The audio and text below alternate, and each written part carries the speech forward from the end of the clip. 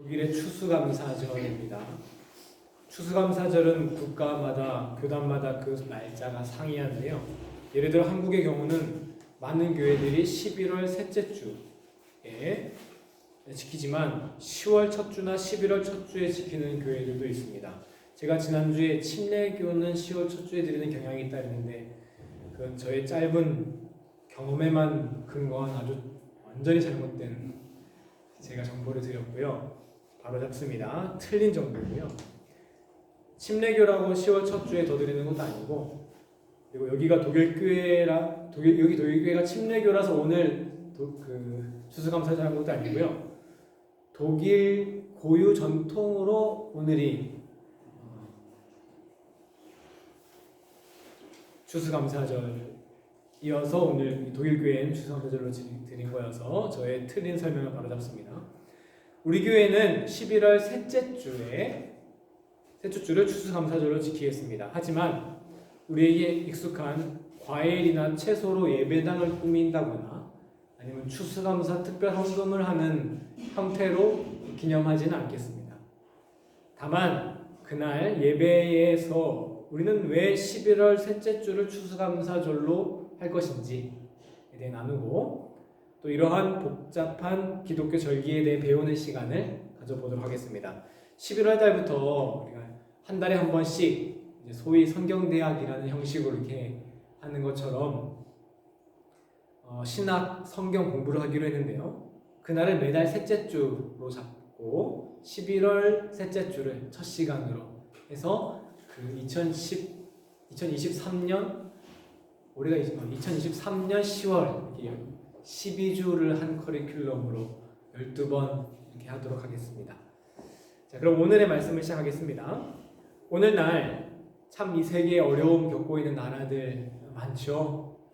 여러 나라 많은데 계속해서 러시아와 우크라이나 이야기만 하는 것 같아서 마음이 조금 불편하기도 한데요. 그래도 기독교와 관련된 내용이 있어서 하나 언급하겠습니다. 바로 러시아 정교회의 주교, 총대주교 키릴이라는 사람이 또 최근 망언을 했다고 합니다. 러시아의 우크라이나 침공은 거룩한 전쟁이다. 성전이다. 즉 하나님이 허락하시고 하나님이 명령하신 전쟁이라는 거예요. 러시아 정교회는 정교회는 가톨릭과 다르게 조금 몇 개의 정교회로 이제 분화되어 있지만 러시아 정교회가 형님급이거든요. 다 약간 따르는 그런 느낌이에요. 그래서 러시아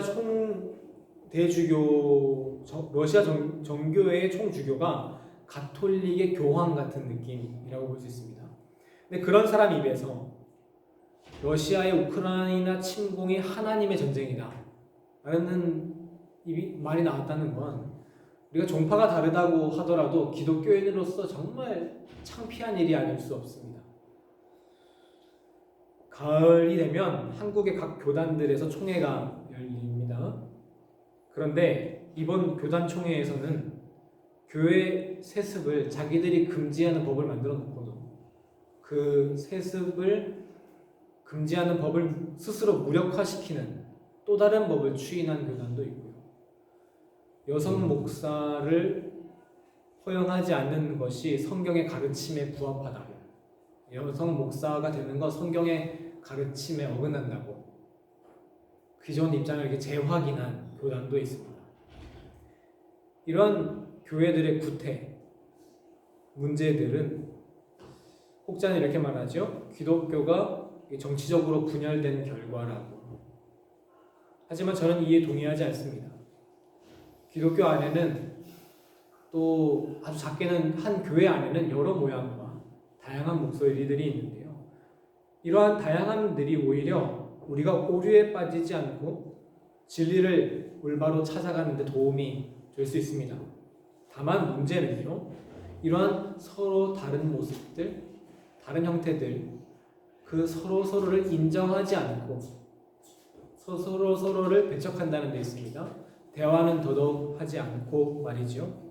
그러니 오늘날 기독교의 모습, 한국 교회의 모습은 어떠냐면 자기만의 왕국을 쌓아놓고 나와 다른 이는 그 왕국 밖으로 그냥 몰아내버리는, 자기들끼리만 하하호호 좋다고 하는 모습인 것이죠. 그러면 자기만의 왕국에 갇혀서 스스로를 돌아볼 수 없게 되고, 어떤 잘못이 있다 하더라도, 어떤 오류에 빠졌다 하더라도 그것을 스스로 잡고 정화할 수 있는 그런 능력을 상실하게 된 모습, 그것이 바로 오늘날의 우리의 교회가 아닌가 합니다.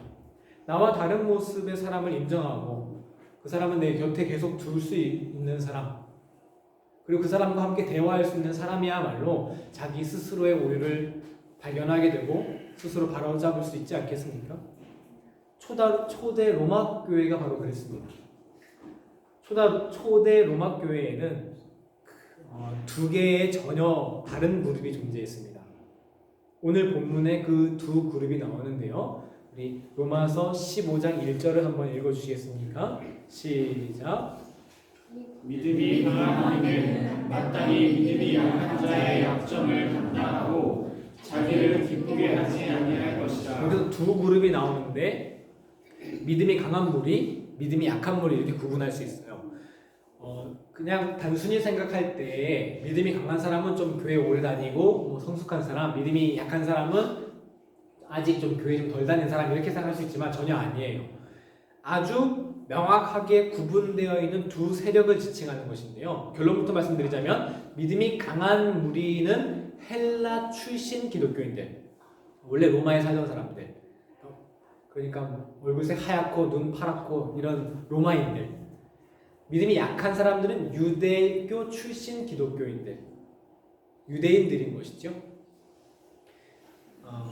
로마 교회 안에는 이 두 세력이 아주 복잡 미묘한 긴장 관계를 형성했고 때로는 서로를 비난하거나 업신여기기도 했습니다. 이 두 세력의 충돌이 바로 바울이 로마서를 쓰게 된 결정적인 이유입니다.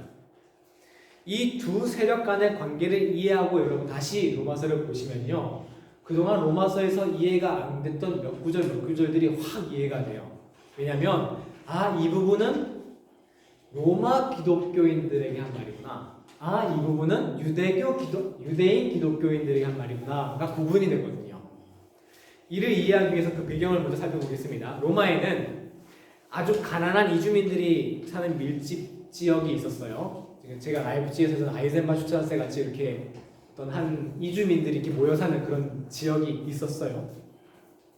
그곳엔 당연히 누구도 있었겠습니까? 유대인들도 이렇게 모여 살았겠죠. 당연히 그 초대 로마 교회, 가장 처음에 로마 교회는 이 유대인들이 사는 밀집 지역에서 생겨났습니다. 그런데 당시 황제 클라우디우스라는 사람이 로마에서 외국인들을 다 추방해버립니다. 이거 사도행전에도 나오는 기록인데요.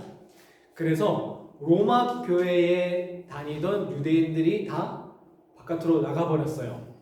그러니 이 로마 교회는 한동안 누구만 남은 거예요? 아주 소수였던 로마인 기독교인들만 남았던 거예요.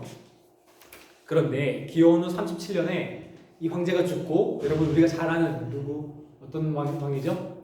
네로 황제가 왕이 됩니다. 여러분 못된 왕들, 나쁜 왕들 보면 보통 뭐부터 합니까? 즉위하자마자 자기 집 다시 짓고 자꾸 리모델링하고 토목 사업하고.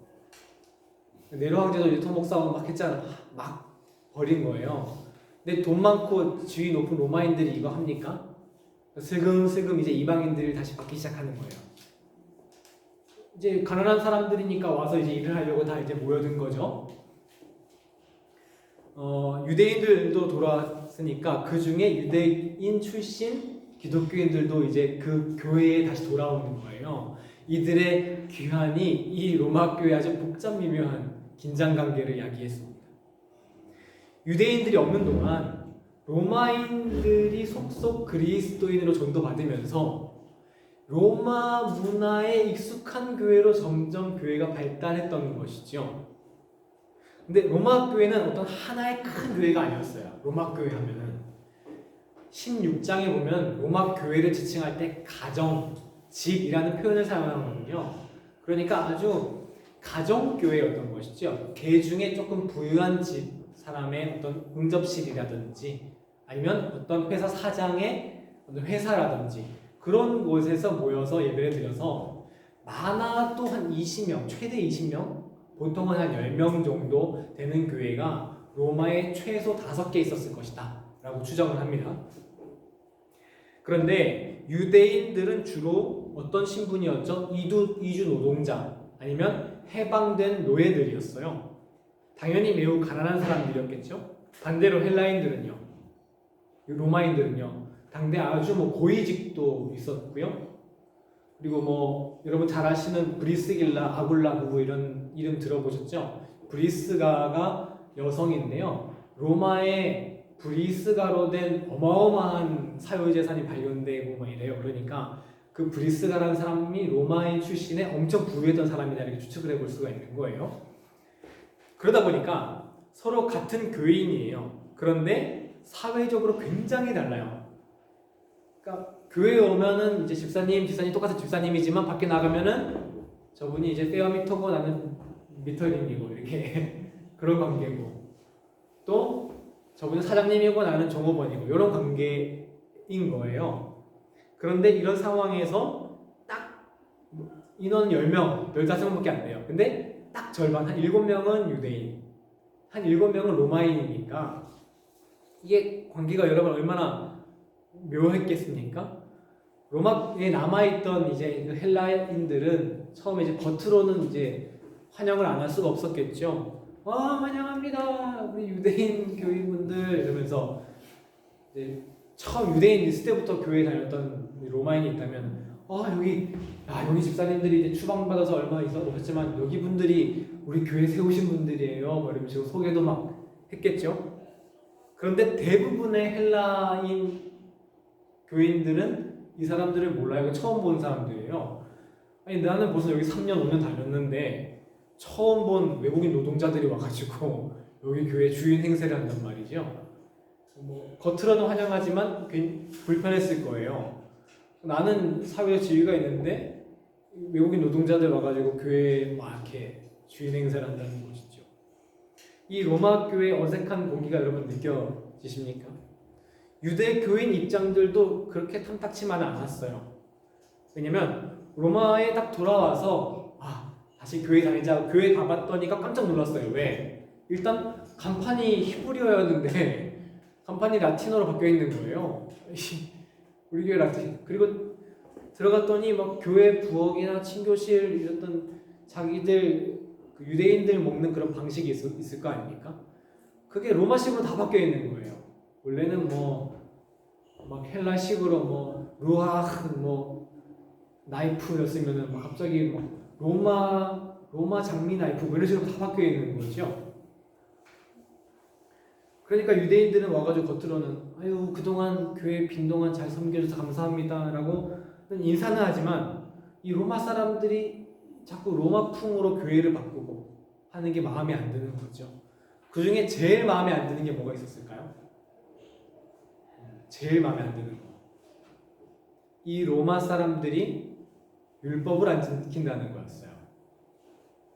당시 유대인들은 그리스도를 믿지만, 예수님을 믿지만 그래도 율법을 지켜서 유대인이 되어야 한다고 생각했어요. 그래서 자신들을 이 초대교회인들 자체도 기독교인이라고 생각하지 않았어요. 그러니까 나는 유대인인데 메시아를 발견한 유대교 사람이라고 생각하는 경우도 많았어요. 그런데 헬라인들이 옆에서 자꾸 이렇게 기도하니까 신경이 쓰이는 거예요. 하루는 이제 헬라인 출신 저기 김 집사님이 기도를 하시는데, 예수님 우리를 구원해 주시고 하나님의 백성 삼아 주시니 감사합니다. 이 기도가 왜 신경 쓰였을까요? 하나님 백성은 유대인이 하나님 백성인데 왜 쥐들이 아직 율법도 안 했으면서 하나님 백성이래. 약간 이렇게 자꾸 뭐가 신경 쓰이는 거죠. 이렇게 유대인들의 속으로 불만이 쌓이다가 한번 꽝 하고 한번 충돌을 했을 거예요. 무슨 일로? 바로 안식일과 음식일이 가장 중요한 일이었어요. 한 번은 이제 로마 교회에서 여러분 우리 어디 체육 대회 한번 합시다. 그래서 막 이제 회의를 하는 거예요. 언제가 좋을까요? 그러니까 주일은 예배 드려야 되고 월요일부터 금요일까지 일해야 되니까 토요일 하시죠? 하니까 다 좋죠. 그러니까 유대인들이 표정이 안 좋은 거예요. 아니 강 집사님 뭐 무슨 문제 있어요? 아, 강 집사님이 계시는구나. 그러니까 그분이 아니 최 집사님도 계시나요? 최 집사님 아무리 그래도 안식일에 체육대회를 하다니요. 우리는 안식일에 100m도 못 걸어가는데 축구하면은 그거 어떻게 하라고. 로마인들이 이해가 안 되는 거죠. 아니 예수님 믿는데 안식일을 우리가 왜 지켜야 주의를 지켜야죠. 또 하루는 헬라인 교인이 또 이 강 집사님께서 열심히 음식을 막 준비를 해주셨어요. 오늘 이제 제육볶음을 이렇게 맛있게 해주셨어요. 근데 맛있게 이거 뭐 맛있다 먹다가 유대인이 이게 무슨 고기예요? 그러니까 돼지고기인데요. 문제가 생기는 거죠. 그리고 그 다음 날에는 안 되겠다 해서 좀 이 강 집사님이 조금 그래도 유대인들 위해서 그건 좀 아니다 해가지고 채소를 이렇게 다 준비를 해주셨어요. 이번에 아주 채소를 아주 뭐 맛있게 해주셔서 비빔밥을 해주셨어요. 또 이번에 또 강 집사님 이거 맛있네요. 이거 어디서 사셨어요? 이 감자 너무 맛있네요. 그러니까 이거 직접 키우셨어요? 요즘 세상에 누가 직접 키워요? 여기 레베에서 사왔죠. 그러니까 아주 안색이 달라지면서 아니 이 레베에서 사면 이게 우상 제사에 드려진지 어떻게 하냐고. 유대교 출신들은 여전히 율법을 지키기 위해서 우상 제사 음식을 안 먹었는데 시장에는 그런 음식들이 유통이 됐기 때문이에요. 이런 걸로 음식하면 어떡합니까? 당신들 정말 율법 안 지킬 겁니까?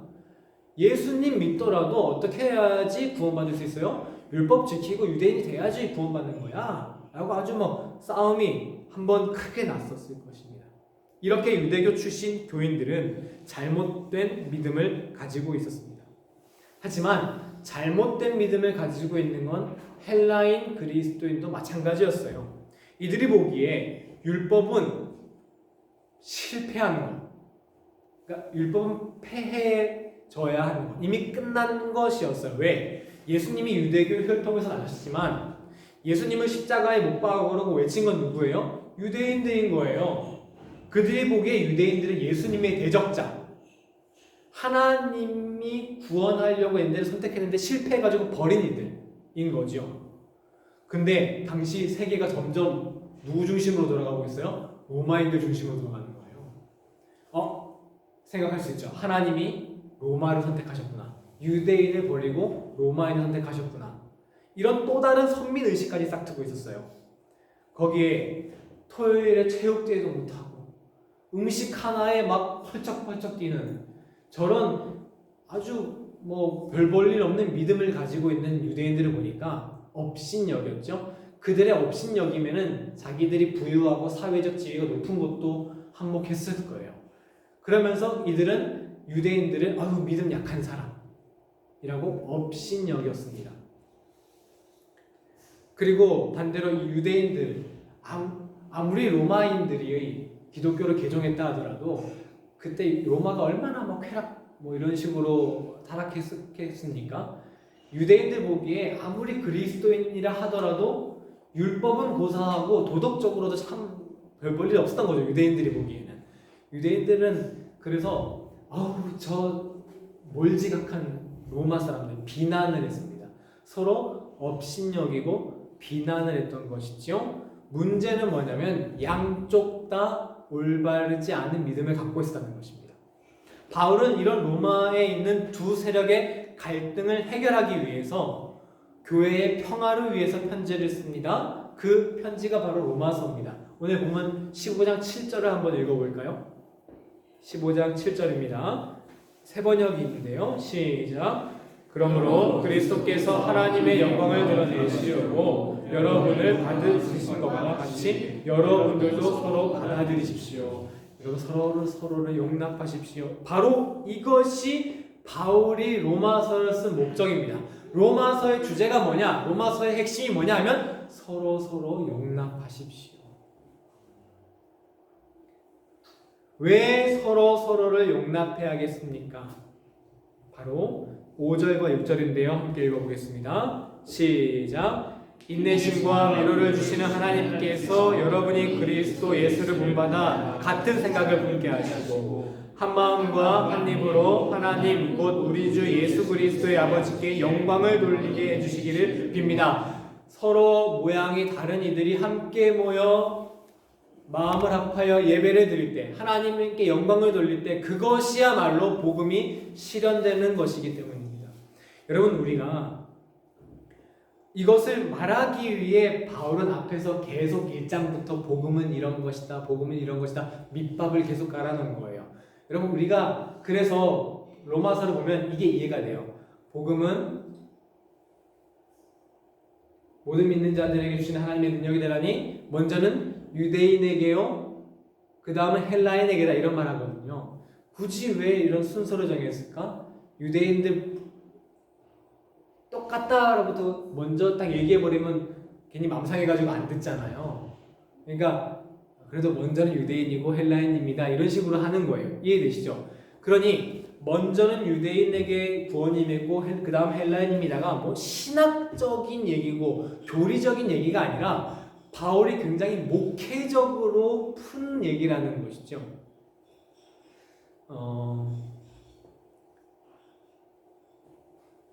예를 들어서 전형적으로 목사님들이 이렇게 설교를 하십니다. 어떤 목사님이 교회 건축을 하고 싶어요. 그러면 설교 시간에 계속 밑밥을 좀 몇 줄 깝니다. 여러분 뭐 회의 때 건축합시다 이렇게 바로 안 합니다. 절대. 뭐 예수 하나님의 성전이 어떻까 해가지고 뭐 다윗이 성전을 어떻게 했고 뭐 솔로몬이 뭐 어떻게 했고 이 얘기를 한 몇 줄 까는 거예요. 그런 다음에 가장 마지막 부분에 여러분 건축합시다 이렇게 나가는 거거든요. 로마서도 완전 마찬가지예요. 흔히 로마서 주석이나 설교를 들어보면 1장부터 8장 혹은 1장부터 11장까지에 집중되어 있는 것을 볼 수가 있어요. 이게 핵심이냐 이런 식으로 말이죠. 왜냐면 13장부터 16장 보면은 대충 여러분 서로 잘 지내세요, 용납하세요, 이런 내용이거든요. 그러니까 뭐 이거는 그냥 교훈이구나 하고 넘겨버리거든요. 근데 아니라는 거예요. 실상 로마서를 바울이 쓴 목적은 바로 13장부터 16장 서로를 용납하세요. 이것을 위해 바울은 복음은 바로 이런 것입니다. 유대인에게 말하는 거예요. 복음은 너희도 유대인이라고 복음 앞에서 특별한 거 하나도 없습니다. 그리고 오늘 15장에서 강한 이들, 약한 이들의 믿음 약함을 우리가 도와줘야 됩니다. 아니 약한 이들이 돼지고기 안 먹는다고, 안식일 지킨다고 그 너무 뭐라고 하지 마세요. 우리 용납해 줘야죠 라고 말하고 있는 것이죠. 중요한 것은 로마 교회에 이런 전혀 두 다른 무리가 서로 다른 잘못된 복음을 믿고 있었다는 것입니다. 그런데 이 두 무리가 서로를 배척하고 그냥 못 본 듯이 사는 것이 아니라 하나로 서로를 용납하고 함께 있을 때 어떻게 됐습니까? 그것 때문에 로마서가 나왔습니다. 그것 때문에 올바른 믿음으로 나아갈 수 있었던 것이죠. 자, 만약에 이 교회가 계속해서 유대인들만 남아있었다면요, 로마 교회는 어떻게 되겠습니까? 여전히 계속해서 유대인들은 그래도 유대인 돼야지 라는 잘못된 믿음을 계속 가졌을 거고요. 반대로 로마인들도 마찬가지예요. 이 서로 모양이 다른 두 그룹이 함께 있었기에 올바른 믿음이 나올 수 있었던 것입니다. 복음이라는 것은 말로 설명할 수 있는 어떤 학문적인 것이 아닙니다. 우리가 로마서를 이렇게 학문서로 보기 때문에 자꾸 뭐 구원은 무엇인지, 복음은 무엇인지 자꾸 현학적으로, 학술적으로 빠져드는데요. 바울은 로마서를 학문서로 쓰지 않고 목회적으로 썼습니다. 무슨 말이냐면 복음이라는 것은 어떤 우리가 배워야 하는 정보가 아닙니다. 우리가 실현해내야 하는, 자꾸 꽃 피워야 하는 어떤 씨앗 같은 것입니다. 예를 들어서 최근에 제가 정말 아름답다 생각한 게 김연아 피겨스케이팅 하는 거 보고, 최근 아니죠, 벌써 몇 년 됐는데, 여러분 우리가 김연아 피겨 스케이팅 하는 거 보면 와 아름답다 생각하잖아요. 너무 이렇게 막 완벽하다. 근데 그거를 우리가 말로 아무리 설명해봤자 이렇게 뛰고 저렇게 뛰고 그것을 책으로 정리해도 그 책에서 절대 아름다움을 느낄 수 없습니다. 어떤 한 사람이 그 프로그램을 가지고 정말 멋지게 실현했을 때 아름다움이 나타나잖아요. 복음도 마찬가지예요. 복음이라는 건 어떤 정보가 있어 우리가 그것을 외우는 게 아닙니다. 그것을 받아들이는 게 아닙니다.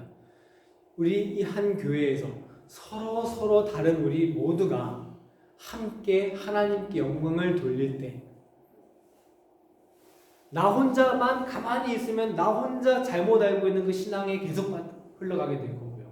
그게 아니라 우리가 함께 모여서 저 사람의 생각도 듣고 나의 잘못된 부분도 발견하면서 함께 우리가 신앙생활하고 함께 하나님께 예배드리는 것 자체가 뭐라고요? 복음을 꽃피우고 실현하는 것입니다. 그래서요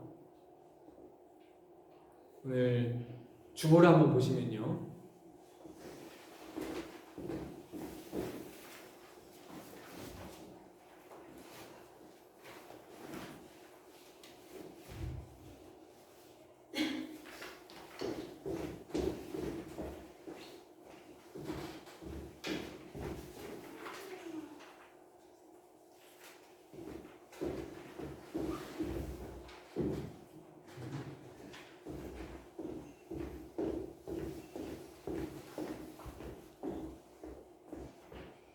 막대부르크 교회는 이러이러한 교회입니다. 교회 소개가 있어요.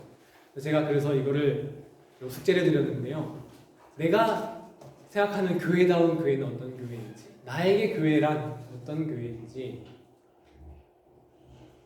제가 아까 독일교회 예배를 드렸는데 이 사람들은 목사님이 말을 하니까 바로바로 자기 생각을 바로바로 얘기하더라고요. 전 보면서 와 한국 교회는 저거 진짜 어떻게 하더라도 절대 대답 안 하실 거다 저렇게 생각을 했거든요.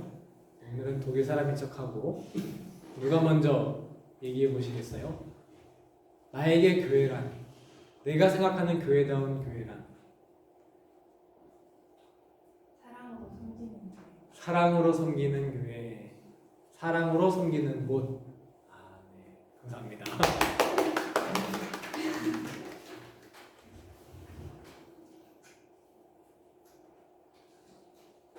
여러분, 저는 모두가 하나님의 자녀가 되는 교회. 모두가 하나님의 자녀가 되는 곳.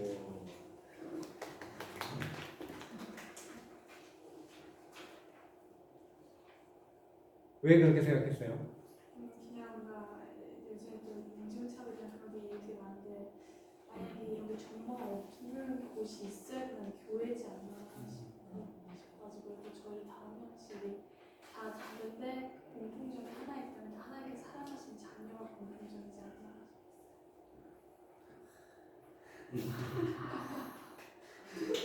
그렇게 하는 게 복음 아니? 그게 바로 복음 아니겠습니까? 제가 대구대학교 얘기를 들었는데 거기 교회는 이 학교에서는 장애인 특별대우가 없다는 거예요. 왜냐면 이미 장애우 친구들이 아주 편하게 학교에 다닐 수 있게 시스템이 다 돼 있어요. 근데 그게 그 학교에 너무 당연해요. 그러니까 학생들이 장애우를 보고 그냥 아무것도 그냥 똑같이 생각해요. 특별 대우가 없다는 거예요. 와, 거기 가면 천국이겠다 이런 생각을 해봤는데 또 우리 현찬 형님 작은 믿음을 크게 키워나갈 수 있는 교회입니다. 아, 내가 작은 믿음인데 교회란 어떤 곳이다? 그걸 크게 키울 수 있는 곳이다. 그렇게 하는 소망이 있으신가 보네요. 네, 또 다 하는 걸로 할까요?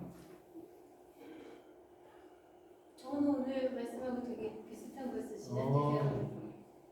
다름을 인정하고 부족함을 포용해 줄 수 있는 교회. 너무 좋습니다. 다름을 인정하고 부족함을 포용해 줄 수 있는 교회. 예람이 말이랑도 비슷한 것도 맥락이 또 맞는 것도 같고. 또요?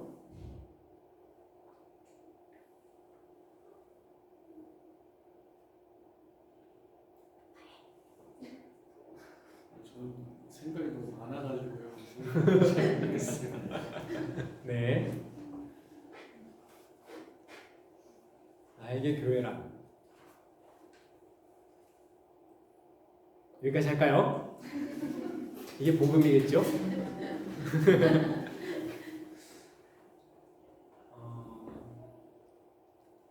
여러분이 생각하신 그리고 마음속에 정리는 우리가 잘 되진 않는데 이런 것들이 내년에는 우리 교회를 소개하는 말이 됐으면 좋겠습니다. 진짜.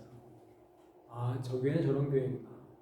제 친구 잘 나가는 개척해가지고 지금 제일 아주 유명해진 목사님이 있는데 그 친구가 교회를 이름을 새길 교회, 세상의 길이 되는 교회 아주 거창하게 멋있더라고요. 우리 교회는 어떤 교회일까? 우리 교회는 함께 복음이란 무엇일까? 그리스도인답게 사는 건 어떻게 사는 걸까? 바울도 복음을 내가 계속 이미 잡았다고 생각하지 않았다 했거든요. 계속 내가 그걸 잡으려고 달려간다고 했지 않습니까? 함께 우리가 나는 서로 다르고 나는 내가 다 옳다고 생각하지 않고 서로 다름을 인정하고 부족함을 서로 덮어주면서 함께 그 복음은 무엇일까? 예수님 믿는다는 것은 무엇일까? 예수님을 올바로 믿고 사랑하는 어떤 모습일까? 함께 고민하고 이런 대화도 잘 나눌 수 있는 그런 교회가 되기를 예수님의 이름으로 간절히 축원합니다. 아멘. 기도하겠습니다. 하나님, 우리 막대볼 그 귀한 교회 사랑하시지요? 우리 교회는 즉 우리 성도들이오니 주님, 우리가 교회를 섬긴다는 것은 서로를 섬기는 다는 말임을 우리가 굳게 믿고 서로 다르고 부족한 점 많지만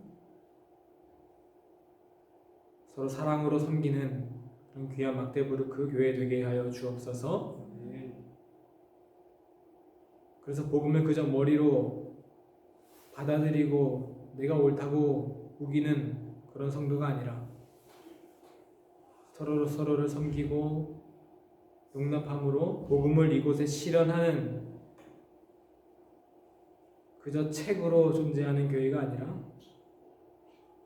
그 책에 있는 내용을 실현하는 교회 되게 하여 주옵소서. 감사드리며 예수님의 이름으로 기도드렸습니다. 아멘. 찬송가 620장 진행드리겠습니다.